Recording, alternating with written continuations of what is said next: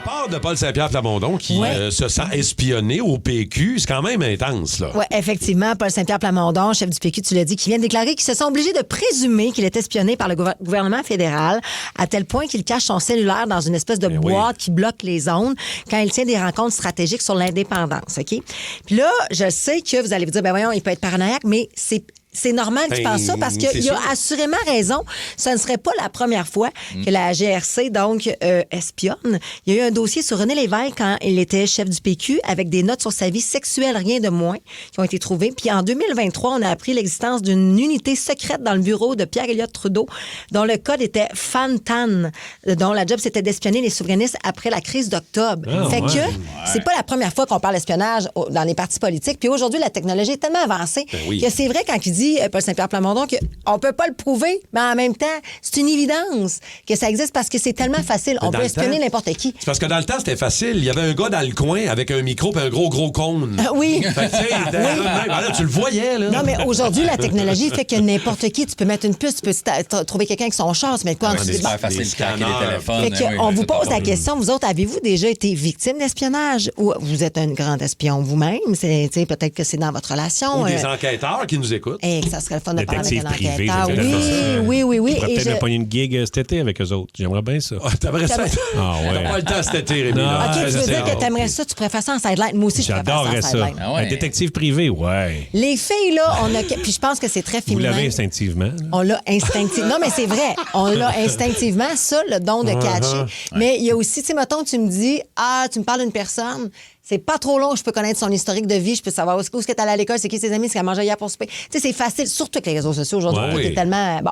Et là, je passe le puck-ting. Je passe à Mike Baudouin. Écoute, moi, je suis zéro jaloux dans la vie. Puis il y a une fois où je l'ai été, je venais de me séparer de la mère à ma fille. Puis j'ai rencontré une fille qui était un peu un rebound. Elle aussi, elle venait de tomber célibataire. Puis les deux, on s'est dit, on va être 100% honnête, on va tout se dire. Puis là, elle me parlait des gars qu'elle voyait. Puis qu'elle était comme moi, je suis relax. Non, ça me dérangeait pas. Puis j'étais comme, moi aussi, je suis un peu de même. Je vais d'un bord puis de l'autre. Puis on s'amuse, tout ça. Mais à un moment donné, elle était tellement trop honnête, ça a commencé à me jouer dans la tête un peu. Fait que à un moment donné, dans le salon, là, elle check son téléphone, j'ai checké son code, tu sais. J'ai vu son code, je fais parfait. Maintenant, elle va dans la douche. Là, je commence à ouvrir son téléphone, son iPad qui était le même code. Là, je vois l'historique des messages qui étaient avant moi, mais que tout déjà fait, elle leur parle encore, là, tu sais. Puis on se voit dessus, je m'en vais à Québec. Tu viens-tu me rejoindre à Québec? Mais nous, on se datait, là. J'étais il fallait la rejoindre à Québec. Fait que là, j'avais plein d'infos. Puis elle s'est doutée que je fouillais dans ses affaires parce qu'à un moment donné, elle est revenue. Puis elle était comme, hey, c'était pas ce page-là qui était ouvert sur mon iPad. Ça, c'est plus là, blablabla. Fait qu'elle me piégeait elle-même. Elle a mis un numéro de téléphone que c'était un nom de gars, mais c'était son ami de fille. Instinctif. Puis là, les messages, elle est allée dans la douche volontairement. Les messages popaient. Ah ouais, on se voit-tu demain? J'ai hâte de te voir. C'est longtemps que tu m'as pas baisé. Blablabla. Puis là, moi, j'étais comme... Puis là, j'ai ouvert... pas smart. J'ai ouvert le téléphone, j'ai ouvert la douche. J'étais comme... Je le savais, c'est qui ce gars-là? M'en va d'ici! Puis là, elle est sortie de la douche. J'étais comme... Hey, le cave. Je voulais juste voir si tu checkais mes affaires. C'est mon ami, elle l'a appelé. Puis t'es comme... Salut, mec, c'est Jean-Valérie. J'étais comme... Non! Tu devais te sentir comme un épais, man. Mais ça a tout pété là. Moi, je suis parti. Puis elle était comme ça. Que ça répète la femme de ta vie. Ouais. Ben, je pense pas, mais il y avait quelque chose en arrière de tout ça. Là. Ouais, mais c'est la seule fois de ma vie. Mais c'est la seule fois de ma vie que j'ai fait ça. Puis après, j'étais comme, je me suis tellement senti comme une merde, moi, là, de faire ça. Pris une longue douche. J'étais comme, j'ai envie de même pas savoir ce qui se passe. Fait que. Une longue douche pour te détracer. Le vider le chauffe-eau, man. On veut des histoires, des anecdotes. On a reçu des micro iHeart anonymes. Ça veut dire qu'on n'assure pas l'histoire en ondes, mais c'est parfait, là. On va vous le faire entendre, puis on va nommer votre nom à la fin. Ben non, c'est pas ça. Moi aussi, j'ai été victime d'un grand stalker. Je vous l'ai déjà conté. Des gars d'eau, il était allé lire mes journaux intimes quand j'avais genre 9, 10, 11, 12 ans. Ça, c'est de la pure folie. La pure folie. Puis la nuit, je me réveillais à un moment donné. Je me suis réveillée, je me rappelle. Je ferme mes yeux. Puis là, en fait, j'ouvre mes yeux. Il est de mon bord du lit, accroupi, tout nu, en train de checker mon sel. Il était vulnérable là. Je dis, mais qu'est-ce que tu fais là?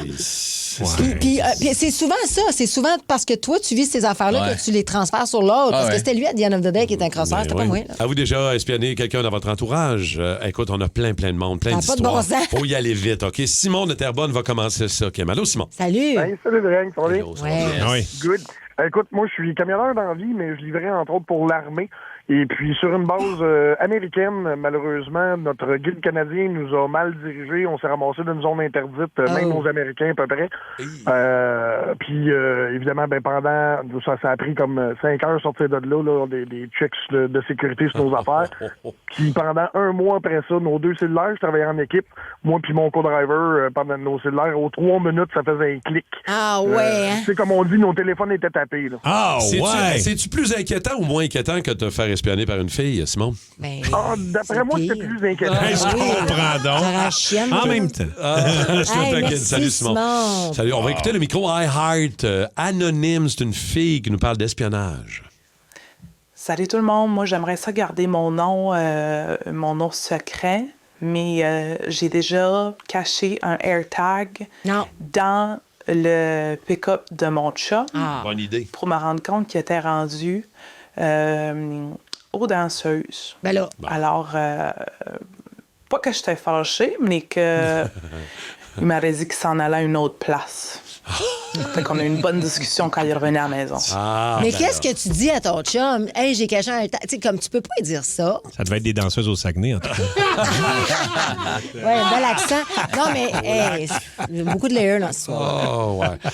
Mais c'est peut-être un investissement aussi. C'était peut-être un investisseur dans des bars. Regarde, on ne le sait pas. On va aller... Toi et tes grands bars de danseuses que tu mourrais partout. Partout. Le Montréal. On va tout transformer. Jojo de Vaudreuil est là. Jojo. Salut, Jojo. Allô, Jojo. Salut, ça va bien? Salut. Oui. Oh, toi, t'es enquêtrice déguisée? Moi, on s'était déguisé avec une de mes anciennes belles-sœurs. Elle soupçonnait que son chum la trompait. Fait qu'elle m'avait demandé de le suivre, c'est-à-dire, parce qu'il connaissait pas ma voiture. Fait qu'on s'était déguisés tous les deux. Mais non. Elle s'était mis des chapeaux, on s'était mis des chapeaux, des lunettes. Elle s'était mis une Imagine. de chasse. Grand perruque. Je te jure. Puis on est parti, on l'a suivi un bon bout, là, quasiment 20-25 km. Il se promenait, il arrêtait à plein de places. À un moment donné, on est arrivé dans un centre d'achat. Bang, on l'a vu. Elle a sorti. Elle a trouvé ça très dur, là, pour vous dire. Là, elle a pleuré beaucoup, là, mais au moins, elle savait, là, elle avait les preuves comme quoi c'était fait. Mais il allait retrouver une fille dans un centre d'achat? Oui, il allait retrouver une autre fille dans un centre d'achat. Elle a embarqué dans l'auto, il est parti. Elle voulait pas. Moi, j'ai dit, on va continuer à les suivre. Elle a dit non. Là, j'ai ma preuve, là. OK, c'est beau. Laisse ça de même, on va s'arranger avec ça. Puis le pire, c'est pas ça, c'est que c'était une fille qui restait de billets chez eux. Peut-être qu'elle C'était sa ramenait juste à la voisine. maison. Elle ne savait pas, mais sur la même rue. Puis à un moment donné, il est parti, il est allé rester avec elle. Bon. Il restait quasiment face à face, là. Fait que c'est après ça que tu as parti de ton bureau d'enquêtrice privée, c'est ça? Enquêtrice déguisée. Là, je te jure, là, ils sont revenus ensemble, puis là, ils ont 80 quelques années chez les deux, qui sont encore ensemble. Il y a une belle finalité. Ben oui. OK, merci, Jojo. Salut, Jojo. C'est plus facile comme ça que des chapeaux, tout ça, que de se déguiser en cheval. Hein? Quelqu'un qui fait le cul, quelqu'un qui fait le devant. Imagine, un gros hippopotame. C'est plus difficile. On va aller sur le Micro iHeart. Micro iHeart, c'est Christian. Oh, ben moi, mon nom c'est Christian. Nous, on avait caché une caméra parce qu'on soupçonnait la gardienne de peut-être pas être correct avec nos enfants, ou de les laisser pleurer. Puis ça s'est avéré être le cas. Donc c'est la seule fois où on a espionné quelqu'un, mais ça a quand même valu la peine de voir... on a changé de gardienne. Ben, j'espère bien. Ben oui. Non, mais ça, tu vois, ça, c'est de l'espionnage qui vaut à peine, là. Ouais. Les histoires de gardiennage. Salutations à Yann de Sainte-Thérèse. Ben oui, toi. T'as-tu lu ça? À l'âge de 13-14 ans, j'espionnais une voisine qui prenait sa douche toujours à la même heure chaque jour, cachée dans le champ de blé d'Inde. Cachée dans le champ de blé d'Inde, il espionnait. Ben non! À 13-14 ans. Wow. Rémi, as-tu une histoire avec ton frère? Oui, l'ami de mon frère, il a travaillé pour la GRC, puis il était enquêteur, puis il faisait de l'undercover. Wow. Puis il s'était fait genre pousser les cheveux, puis il avait comme infiltré un groupe à Montréal. Il faut que tu sois game de faire ça. C'est fou. Puis, un moment donné, il a croisé un autre de leur chum, un ami d'enfance, en char dans le Vieux-Montréal. Puis le gars est en char, puis il a fait « c'est lui? » Le gars qui n'était pas enquêteur, le chum, puis il a croisé... Et le gars qui était enquêteur, il a fait « Oh shit! » Il est parti en courant parce que l'autre... Débusqué. Hey, Martin! Ah non! Il a failli se faire avoir. Il était avec la gang. Oh mon Dieu! Il s'est pas fait avoir. Faut pas qu'il fasse. Ben non, mais c'est ça, là. Faut qu'il reste. Il est venu sur le nerf, mais ça a été correct. J'imagine. On pensait à ça, pas croiser personne. Mais non, mais c'est ça, tu sais. Personne ne pourrait devenir enquêteur ici. Il y a bien trop de monde. Moi, j'ai déjà participé avec la GRC. C'est des mises en situation à Drummondville pour ceux qui veulent devenir enquêteurs. Puis, j'étais connu quand même à l'époque, mais je voulais le faire. Puis, on dit, ouais, c'est beau, viens le faire. Mais pas en tant qu'acteur. Là. J'avais inventé un scénario d'acteur qui s'était fait demander, tu sais, un peu à la Tony Conte. Là. Ouais. C'était mon scénario que je m'étais monté. Puis, mon objectif, c'était de leur faire péter les plombs, tu sais. Puis, je m'étais dit, je vais forcer. Quoi, mettons? Ben, je les écœurais, tu sais. Puis là, je m'étais mis à en écœurer un dans le char, puis moi, j'aimais ça, tu sais. Je veux dire, c'est pas tout le temps qu'on peut écœurer une police là, sans se faire taper. T'en as profité. Mais non, mais tu sais, fait que là, je m'étais mis à l'écœurer, puis il a vraiment pogné une heure, puis il a été disqualifié pour le poste d'enquêteur.